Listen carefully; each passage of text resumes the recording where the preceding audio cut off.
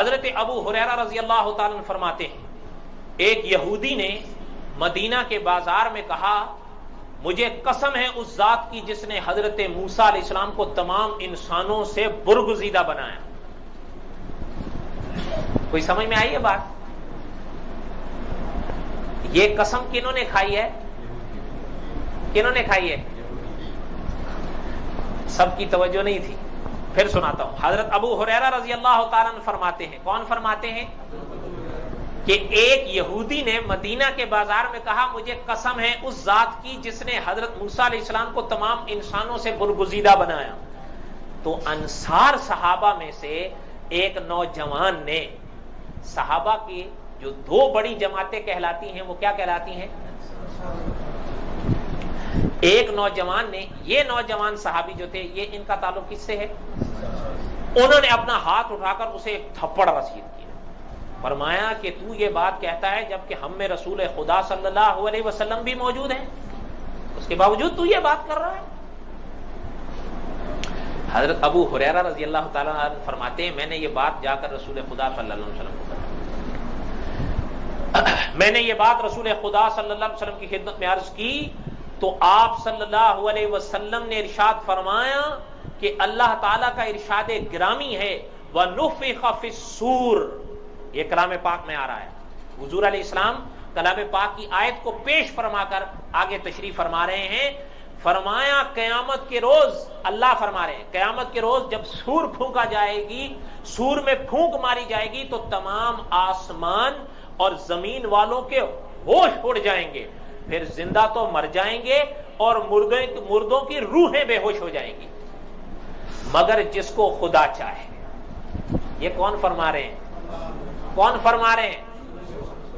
کلام پاک کی آیت پڑھ کر حضور بتا رہے ہیں. اور یہ آیات کا کیا ہے؟ یہ آیت کا کیا ہے؟ ترجمہ ہے. پھر سے سنیے. اللہ تعالیٰ فرماتے ہیں کلام پاک کی آیت ہے جس کا ترجمہ ہے وَنُفِخَ فِي الصُّورِ. تبھی تو میں نے اشارہ کیا تھا قیامت کے روز جب سور میں پھونک ماری جائے گی تو تمام آسمان اور زمین والوں کے ہوش اڑ جائیں گے، پھر زندہ تو مر جائیں گے اور مردوں کی روحیں بے ہوش ہو جائیں گی مگر جس کو خدا چاہے. خدا چاہے کا کیا مطلب؟ جس کو کہ وہ اس بے ہوشی سے محفوظ رہے گا. پتہ چل رہا ہے کچھ لوگوں کو اللہ تعالیٰ استثناء دے رہے ہیں، الگ کر رہے ہیں. نہیں سمجھ میں آئی؟ اب سنیے. پھر اس سور میں دوبارہ پھونک ماری جائے گی تو یکایک سب کے سب ہوش میں آ کر ارواح کا تعلق جسموں سے ہو کر قبروں سے نکل کھڑے ہوں گے. ٹھیک ہے؟ چاروں طرف دیکھنے لگیں گے. یہاں تک بات سمجھ میں آ گئی ہے؟ اب سنیے. حضرت صلی اللہ علیہ وسلم نے ارشاد فرمایا کہ سب سے پہلے میں اپنا سر اٹھاؤں گا اور میں دیکھوں گا کہ حضرت موسیٰ علیہ السلام نے عرش کے پایوں میں سے ایک پائے کو پکڑ رکھا ہے.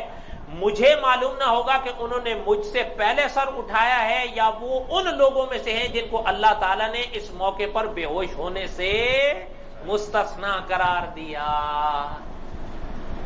بات سمجھ میں آئی؟ کیسے حضور نے تعلیم فرمائی ہے.